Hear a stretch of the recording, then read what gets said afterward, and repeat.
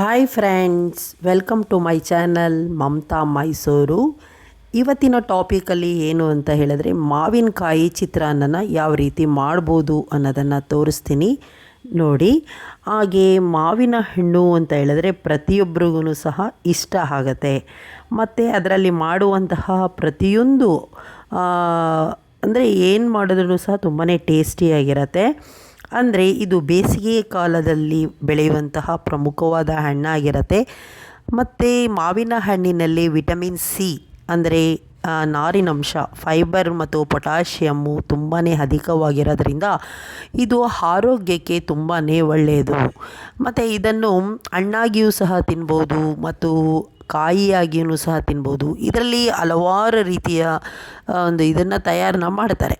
ಅಂದರೆ vitamin A ಮತ್ತು C ಮತ್ತು ಕಾರ್ಬೋಹೈಡ್ರೇಟ್ಗಳು ಸಮೃದ್ಧವಾಗಿರುತ್ತೆ. ಇದನ್ನು ತಿನ್ನೋದ್ರಿಂದ ನಮಗೆ ಚರ್ಮದ ಆರೋಗ್ಯ, ಆಮೇಲೆ ಜೀರ್ಣಕ್ರಿಯೆ, ರೋಗ ನಿರೋಧಕ ಶಕ್ತಿಯನ್ನು ಸಹ ಇದು ಮಾಡಿಕೊಡುತ್ತೆ. ಅದೇ ರೀತಿಯಲ್ಲಿ ಇವತ್ತು ನಾನು ಮಾಡುವಂತಹ ಇದು ಏನು ಅಂತ ಹೇಳಿದ್ರೆ ಮಾವಿನಕಾಯಿ ಚಿತ್ರಾನ್ನ. ಮಾವಿನಕಾಯಿ ಚಿತ್ರಾನ್ನ ಅಂದರೆ ಯಾರಿಗೆ ಇಷ್ಟ ಇಲ್ಲ ಅಲ್ವಾ? ಪ್ರತಿಯೊಬ್ಬರಿಗೂ ಸಹ ಇಷ್ಟ ಆಗಿರುತ್ತೆ. ಅದಕ್ಕೆ ಯಾವ ಯಾವ ಇಂಗ್ರೀಡಿಯೆಂಟ್ಸ್ನ ನಾವು ಬಳಸಿ ಬಹಳ ಸುಲಭವಾಗಿ 5 ಮಿನಿಟ್ಸ್ ಅಥವಾ 6 ಮಿನಿಟ್ಸಲ್ಲಿ ನಾವು ಈ ಮಾವಿನಕಾಯಿ ಚಿತ್ರಾನ್ನನ ಮಾಡ್ಬೋದು. ಅದಕ್ಕೆ ನಾನು ಯಾವ ವಸ್ತುಗಳನ್ನ ಹಾಕಿ ಮಾಡ್ತೀನಿ ಅನ್ನೋದನ್ನು ಸಹ ನೋಡ್ಕೊಳ್ಳಿ. ಅಂದರೆ ಇದು ಪ್ರತಿಯೊಬ್ಬರಿಗೂ ಸಹ ತುಂಬ ಇಷ್ಟವಾಗುವಂತಹ ಬ್ರೇಕ್ಫಾಸ್ಟ್ಗೂ ಇದನ್ನು ನಾವು ಮಾಡ್ಕೊಳ್ಬೋದು. ನೋಡ್ಕೊಳ್ಳಿ. ಇದರಲ್ಲಿ ಮಾವಿನಕಾಯಿ, ಆಮೇಲೆ ಜೀರಿಗೆ ಮತ್ತು ಮೆಂತ್ಯ, ಮತ್ತು ಇದಕ್ಕೆ ಸಾಸಿವೆ, ಉಪ್ಪು, ಹಿಂಗು, ಮತ್ತು ಇನ್ನೊಂದು ಏನಂದರೆ ಹಸಿ ಮೆಣಸಿನಕಾಯಿ, ಕರಿಬೇವಿನ ಸೊಪ್ಪು, ಮತ್ತು ಬೇಕಾದರೆ ನೀವು ಕೊತ್ತಂಬರಿ ಸೊಪ್ಪನ್ನು ಹಾಕ್ಕೊಳ್ಬೋದು. ಮತ್ತು ತುರಿದ ಮಾವಿನಕಾಯಿಯನ್ನು ನಾನು ತುರಿದು ಇಟ್ಟಿದ್ದೀನಿ. ಕಡಲೆಕಾಯಿ ಬೀಜನ ಅದನ್ನು ಕ್ಲೀನಾಗಿ ಹುರಿದು ಇಟ್ಕೊಂಡಿದ್ದೀನಿ. ಈಗ ಯಾವ ರೀತಿ ನಾವು ಅದನ್ನು ಮಾಡ್ಬೋದು ಅನ್ನೋದನ್ನು ಸಹ ತೋರಿಸ್ತೀನಿ, ನೋಡ್ಕೊಳ್ಳಿ. ನೋಡಿ, ಜೀರಿಗೆ ಆಗಿರ್ಬೋದು, ಸಾಸಿವೆ ಆಗಿರ್ಬೋದು, ಉಪ್ಪು, ಹಿಂಗು ಇದನ್ನೆಲ್ಲ ಬಳಸಿ ಅತಿ ರುಚಿಕರವಾದಂತಹ ಮಾವಿನಕಾಯಿಯ ಚಿತ್ರಾನ್ನನ ಮಾಡಿ ತೋರಿಸ್ತೀನಿ ನೋಡಿ. ಆಮೇಲೆ ಹಿಂಗು ಬಹಳ ಮುಖ್ಯವಾಗಿರುತ್ತೆ. ಹೀಗೆ ಮೊದಲಿಗೆ ನಾನು ಏನು ಮಾಡ್ತಾಯಿದ್ದೀನಿ ಅಂದರೆ ಆಯಿಲ್ನ ಹಾಕ್ಕೊಳ್ತಾ ಇದ್ದೀನಿ. ಅಂದರೆ ಸ್ವಲ್ಪ ಆಯಿಲ್ನ ಹಾಕ್ಕೊಂಡ್ರೆ ಸಾಕು. ಇದಕ್ಕೆ ಇನ್ನೊಂದು ಮುಖ್ಯವಾಗಿ ಯಾವುದು ಅಂತ ಹೇಳಿದ್ರೆ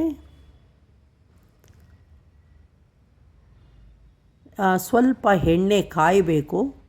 ಕಾಯ್ದ ನಂತರ ನಾನು ಏನು ಹಾಕ್ತೀನಿ ಅನ್ನೋದನ್ನು ನೋಡಿ.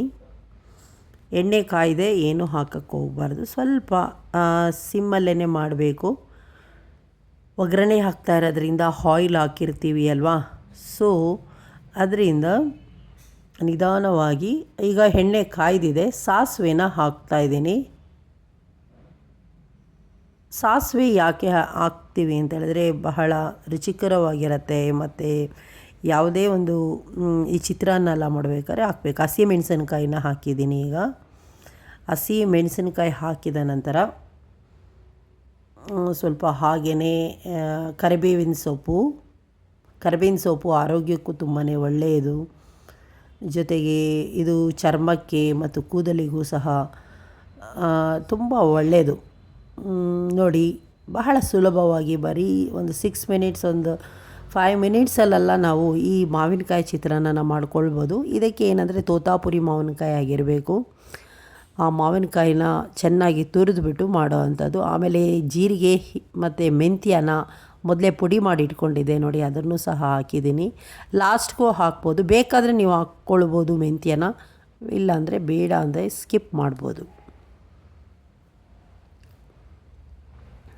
ನಂತರ ಒಗ್ಗರಣೆ ಎಲ್ಲ ಹಾಕಿದ ನಂತರ ಈ ತುರಿದ ಮಾವಿನಕಾಯಿಯನ್ನು ಒಗ್ಗರಣೆಗೆ ಹಾಕ್ತಾಯಿದ್ದೀನಿ.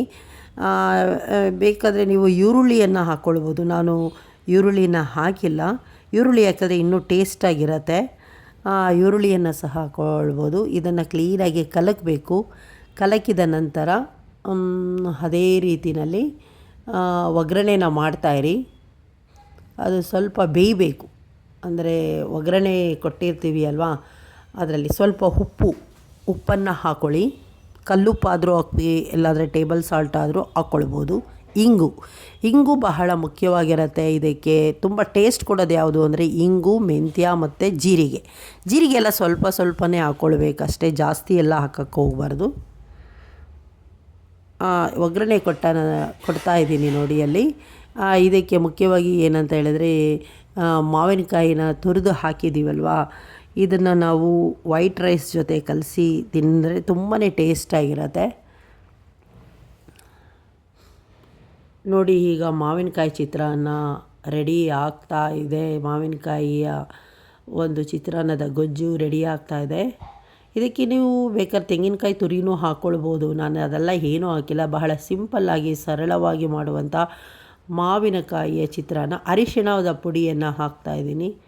ಅರಿಶಿಣದ ಪುಡಿಯು ಬಹಳ ಮುಖ್ಯವಾಗಿರುತ್ತೆ, ಅದಕ್ಕೆ ಕಲರ್ನ ಕೊಡುತ್ತೆ. ಕಲರ್ ಕೊಡೋದ್ರಿಂದಾಗಿ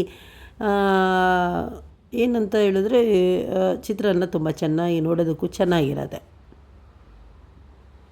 ಇದಕ್ಕೆ ಮೊದಲೇ ನಾವು ಅನ್ನನ ರೆಡಿ ಮಾಡೋದಕ್ಕೆ ಇಟ್ಟಿದ್ದೆ, ಹಾಕ್ತಾಯಿದ್ದೆ ರೈಸೂ ಸಹ. ನೆಕ್ಸ್ಟು ಮಾವಿನಕಾಯಿ ಎಲ್ಲ ಇದಾಯಿತು. ಲಾಸ್ಟಿಗೆ ನಾನು ಏನು ಮಾಡ್ತಾಯಿದ್ದೀನಿ ಅಂತ ಹೇಳಿದ್ರೆ, ಈ ಒಂದು ಕಡಲೆಕಾಯಿ ಬೀಜನ ಹಾಕಿದ್ದೀನಿ, ಜೊತೆಗೆ ಕೊತ್ತಂಬರಿ ಸೊಪ್ಪನ್ನು ಲಾಸ್ಟಿಗೆ ಹಾಕಿದ್ದೀನಿ. ಇದಕ್ಕೆ ನಾನು ಏನಂದರೆ ತೆಂಗಿನಕಾಯಿ ತುರಿನ ನೀವು ಬೇಕಾದ್ರೆ ಹಾಕ್ಕೋಬೋದು. ನಾನೇನು ಅದೆಲ್ಲ ಹಾಕಿಲ್ಲ, ಸಿಂಪಲ್ಲಾಗಿ ಮಾಡಿದ್ದೀನಿ. ಈ ಮಾವಿನಕಾಯಿ ಚಿತ್ರಾನ್ನ ತಿನ್ನೋದ್ರಿಂದಾಗಿ ಈ ಬೇಸಿಗೆ ಕಾಲದಲ್ಲಿ ತುಂಬಾ ಚೆನ್ನಾಗಿರುತ್ತೆ. ಈ ಚಿತ್ರಾನ್ನ ಅನ್ನೋದು ಯುಗಾದಿ ಹಬ್ಬ ಹಾಗೂ ಬೇಸಿಗೆ ಕಾಲದಲ್ಲೆಲ್ಲ ಮಾಡುವಂತಹ ಬಹಳ ಪ್ರಮುಖವಾದಂತಹ ಒಂದು ಅಡುಗೆಯಾಗಿರುತ್ತೆ ನೋಡಿ. ಈಗ ರೈಸ್ನ ರೆಡಿ ಮಾಡಿಕೊಂಡಿದ್ದೆ, ಅದಕ್ಕೆ ಈ ಒಂದು ಚಿತ್ರಾನ್ನದ ಗೊಜ್ಜನ್ನು ಹಾಕಿ ಚೆನ್ನಾಗಿ ಮಿಕ್ಸ್ ಮಾಡ್ತಾಯಿದ್ದೀನಿ ನೋಡಿ. ಎಷ್ಟು ಚೆನ್ನಾಗಿ ಇರುವಂತಹ ಒಂದು ಮಾವಿನ ಕಾಯಿಯ ಚಿತ್ರಾನ್ನ ರೆಡಿ ಆಯಿತು. ಹೋಟೆಲಲ್ಲಿ ಯಾವ ರೀತಿ ಮಾಡ್ತಾರೋ ಅದೇ ರೀತಿಯಲ್ಲಿ ಇರುತ್ತೆ. ಈ ರೀತಿಯಾಗಿ ಮಾವಿನಕಾಯಿ ಚಿತ್ರಾನ್ನ ಬಹಳ ಸುಲಭವಾಗಿ ಮಾಡ್ಬೋದು. ಯಾರ್ಯಾರು ನನ್ನ ಮಮತಾ ಮೈಸೂರು ಚಾನಲ್ನ ನೋಡ್ತಾ ಇದ್ದೀರಾ, ಲೈಕ್ ಮಾಡಿ, ಶೇರ್ ಮಾಡಿ, ಸಬ್ಸ್ಕ್ರೈಬು ಮಾಡ್ಕೊಳ್ಳಿ. ನಿಮ್ಮ ಪ್ರೋತ್ಸಾಹ ಹೀಗೆ ಇರಲಿ. ಸಾಂಪ್ರದಾಯಿಕವಾದ ಕರ್ನಾಟಕದ ಅಡುಗೆಯಾಗಿರುತ್ತೆ. ಹಸಿ ಮಾವಿನಕಾಯಿಯ ಹುಳಿ ಒಗ್ಗರಣೆಯನ್ನು ಕೊಟ್ಟು ಮಾಡುವಂಥ ರುಚಿಕರವಾದಂತಹ ಒಂದು ಮಾವಿನಕಾಯಿ ಚಿತ್ರಾನ್ನ ಆಗಿರುತ್ತೆ. ಇದಕ್ಕೆ ಅನ್ನ ಹಾಕಿದ್ದೀವಿ, ಮತ್ತು ಇದರ ಜೊತೆಗೆ ತುರಿದ ಮಾವಿನಕಾಯಿಯನ್ನು, ಕಡಲೆಕಾಯಿ ಬೀಜ, ಬೇಕಾದ್ರೆ ನೀವು ಕಡಲೆಕಾಳು ಬೇಳೆ, ಉದ್ದಿನ ಬೇಳೆನೂ ಸಹ ಹಾಕ್ಕೊಳ್ಬೋದು, ಸಾಸಿವೆ, ಹಸಿಮೆಣಸಿನ್ಕಾಯಿ, ಆಮೇಲೆ ಒಣಮೆಣಸಿನ್ಕಾಯಿನೂ ಹಾಕ್ಕೊಳ್ಬೋದು, ಕರಿಬೇವಿನ ಸೊಪ್ಪು, ಹಿಂಗು, ಕೊತ್ತಂಬರಿ ಸೊಪ್ಪು, ಅಡಿಗೆ ಎಣ್ಣೆ, ಉಪ್ಪು ಇದೆಲ್ಲ ಹಾಕಿ ಮಾವಿನಕಾಯಿ ಚಿತ್ರಾನ್ನ ಹೇಗಿತ್ತು ಅನ್ನೋದನ್ನು ಕಮೆಂಟ್ ಬಾಕ್ಸಲ್ಲಿ ಹಾಕಿ. ಹಾಗೆ ಈ ವಿಡಿಯೋ ನೋಡಿದ ಎಲ್ಲರಿಗೂ ಥ್ಯಾಂಕ್ಸ್ನ ಹೇಳ್ತೀನಿ. Thank you so much.